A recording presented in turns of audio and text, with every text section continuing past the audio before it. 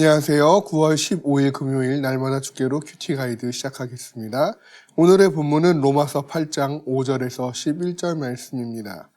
간혹 인생의 좌우명이 무엇이냐는 질문을 접할 때가 있는데요. 인생의 좌우명이 무엇이냐라는 것은 그 사람이 어떠한 것을 따라서 인생을 살아가느냐를 나타내 보여주는 하나의 표지라고 할 수 있겠습니다. 그리고 그 무엇을 따라서 인생의 걸음을 걸어가느냐에 따라서 인생의 도착점은 너무나도 크게 차이가 난다고 할 수 있겠죠. 오늘 본문에서도 이 점에 대해서 말씀하고 있음을 보게 됩니다. 관찰 질문 1번입니다. 육의 생각과 영의 생각은 각각 무엇입니까? 5절과 6절 말씀을 보겠습니다. 육신을 따르는 자는 육신의 일을, 영을 따르는 자는 영의 일을 생각하나니 육신의 생각은 사망이요 영의 생각은 생명과 평안이니라. 관찰 질문에 대한 답을 하면요. 육신의 생각은 사망이며 영의 생각은 생명과 평안입니다.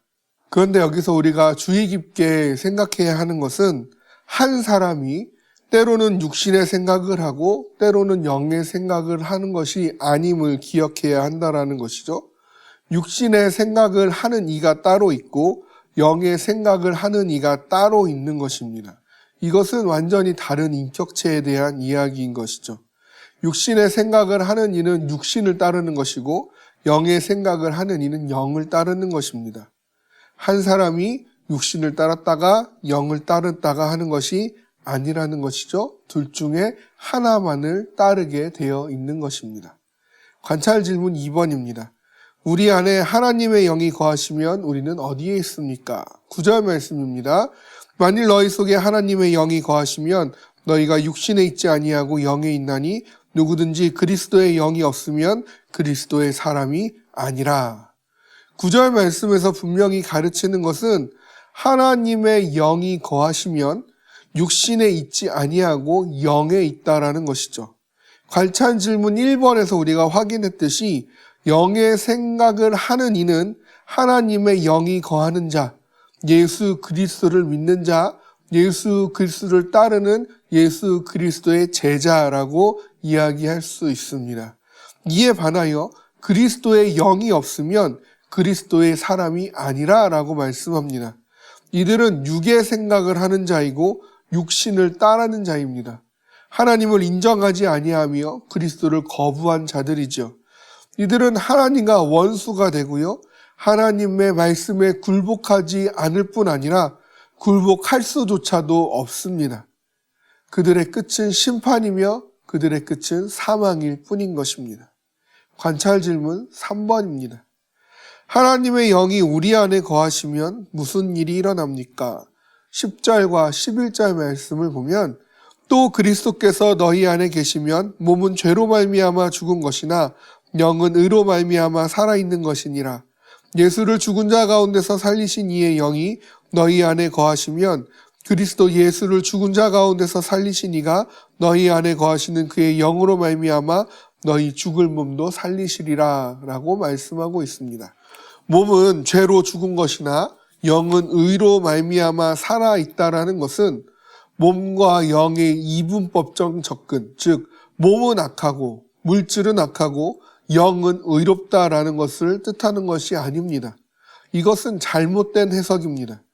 몸은 죄로 죽은 것이나 영은 의로 말미암아 의로워 살게 된다는 것은 구원을 받았으나 그 구원을 이루어가야 하는 성화롭적 접근으로 다가가야 합니다. 구원받음을 통하여 우리는 죄인에서 의인으로 신분적 변화를 갖습니다. 그러나 아직 본질적인 그 변화를 갖지 못한 채 있는 것이죠. 여전히 죄를 끊어내지 못하는 것입니다. 때문에 우리는 죄와 여전히 싸워 나가야 하며 거룩의 과정을 밟아가야 하는 것이죠. 이것이 바로 성화입니다.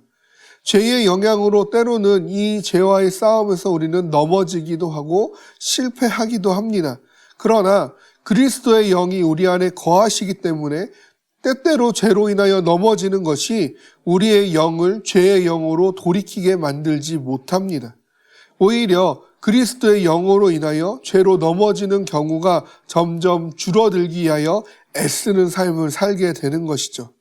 그리고 마지막 날에는 결국 우리는 영화롭게 될 것이고 우리의 죽은 몸도 다시 살게 되어지는 것입니다. 완전한 부활체로 영화로운 몸을 얻게 되는 것이죠. 그리스도의 영이 거하는 자, 그리스도를 따르는 자들의 삶은 결국 거룩을 향해 나아가는 삶입니다. 죄와 멀어지며 끝내 죄를 끊어내고 그리스도만이 주시는 생명과 평안을 소망하며 결국 그 생명과 평안을 누리는 영원한 삶을 누리는 것이 그리스도를 따르는 자의 삶인 것이죠. 그렇다면 지금 당장이라도 우리는 죄의 생각을 벗어던지고 하나님이 기뻐하시는 것들이 무엇인지를 생각하며 행하는 삶을 사는 것이 마땅한 줄로 믿습니다. 오늘 하루도 내 안에 있는 죄의 요소들을 걷어내기로 애쓰며 내 안에 계시는 그리스도의 영을 따르는 자답게 거룩을 향해 나아가는 우리가 되어지기를 주님의 이름으로 소망합니다.